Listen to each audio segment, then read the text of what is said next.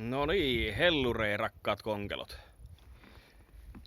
Nyt se päivä tuli, mitä tässä ollaan tässä meidän ruokakunnassa pelätty koko viime vuosi ja alkuvuosi ja oikeastaan aina. Eli sanotaanko näin, että nyt jos tähän mennessäkin on ollut paljon teidän ilona täällä YouTubessa, niin nyt se vaan lisääntyy. Tuossa piettiin ihan lämminhenkinen keskustelu minun työni tai työpaikkani johtajan kanssa. Ja jutusteltiin asioita läpi. Ja se lomautusvasara iski nyt minuunkin. Ja kuten varmasti kaikki minun seuranneet konkelot tietää, tuo taustalla oleva talo, niin tuo on vasara alla. Siitä ei mene, en usko, että menee montaka kuukautta, kun se vouti on tuossa ajaa pihaan ja ottaa ne avaimet poikki. Tämä oli odotettavissa. Rakennusteollisuudessa tällä hetkellä markkinat on niin huonot, että se näkyy jo minunkin työtilauksissa. Ja tähän asti vielä suurin piirtein pystyin huutamaan oman palkkani. Minä menen tuonne saunamökkiin, koska täällä tuulee ja alkaa humisemaan mikrofoniin. Siitä ei kukaan tykkää. Joo, niin tosiaan niin minun työni laskutuksilla aika hyvin pärjäs tähän asti. Mutta ei se yksinkertaisesti, kun jos ei Suomessa rakenneta, niin ei sinne mitään töitäkään tilata. Ja erittäin hyvissä ja lämpimissä merkeissä tämä asia käytiin läpi ja juteltiin juttuja, millä niin kun ehkä pahin vältetään ehkä. Mutta toisaalta jos ei ole tilauksia, niin enhän minä nyt voi edes omalla nimellä tehdä niitä omalla yrityksellä tai kevytyrittäjänä niitä tilauksia, mitä ei ole. Ja saada niistä palkkaa tai korvausta. Ja miten tää nyt on? Laskelmia ollaan tehty jo täällä YouTubessakin, minkälaiset kustannukset tässä on. Ja tää alkuvuosi ihan järkyttävää laskujen suhteen lisää. Sitten vielä tuli noita tonnin sähkölaskuja. Ja kassasta, jos joskus rupeaa vaan saamaan jotain korvauksia, sekin on epävarmaa, koska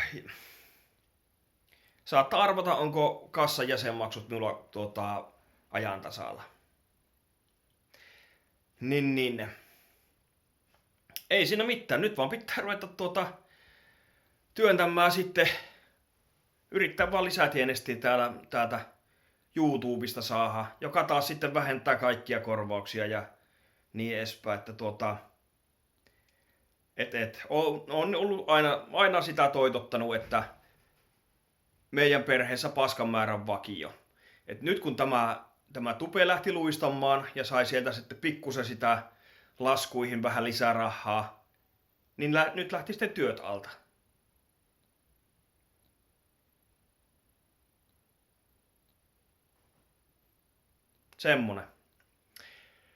Semmonen pikkunen jutska oli tässä.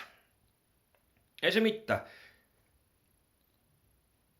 Meinasin sanoa, että nytpä ainakin jo vasta puita tekemään, mutta mitäpä minä puita tekemään muille tekemään, jos talo lähtee alta tästä, niin nehän jää pitää ne pihaan ne puut.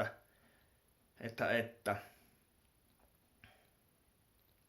Erittäin hankala paikka. Erittäin hankala paikka.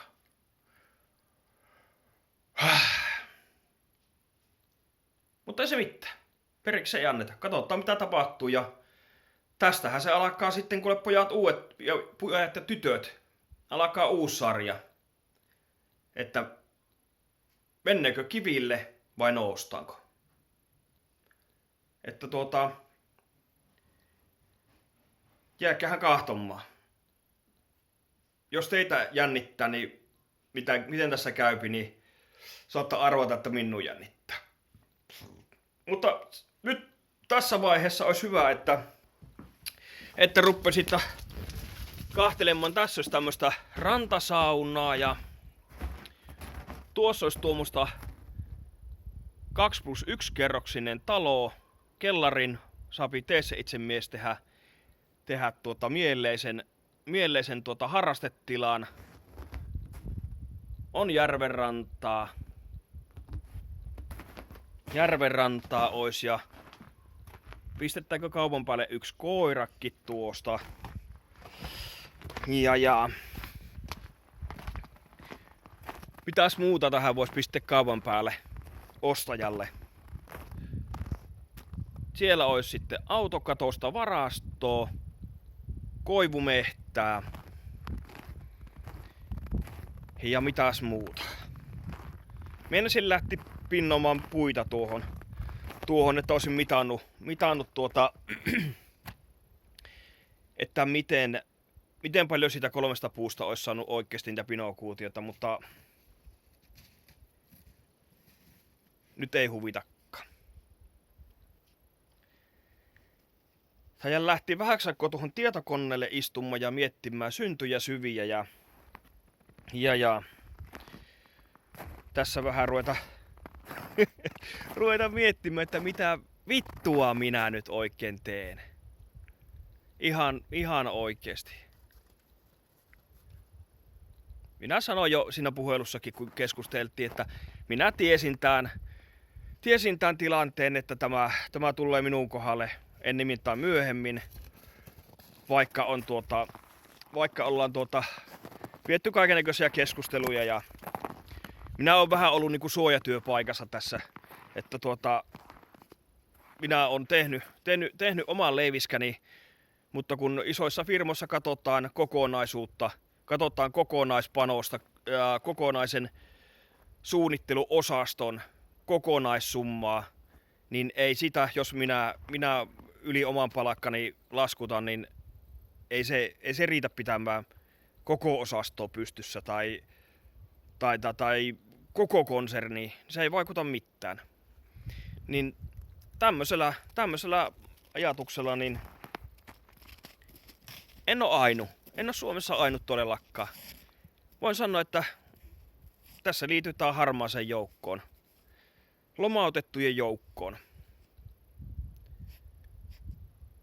Joillakin siihen on varaa, että ne pitää sen sitten ihan oikeasti vähän rentoilevat ja tekevät niitä tekemättömiä töitä ja kiertelevät maailmaa. Mutta minulle tää on, ja meidän perheelle, niin tää ei ole hyvä juttu. Mutta jäähän kahtomaan sitä, mitä tapahtuu. Tässä on kuule kohtalon päivät ja kohtalon kuukaudet, niin. Mutta myö joko jatketaan tupetusta tässä maisemassa tai sitten niissä kaupungin vuokraamissa betonihelveteissä. Vittu. Hei vittu, lähdetään kahtomaan miten äijän käypi. Morjens.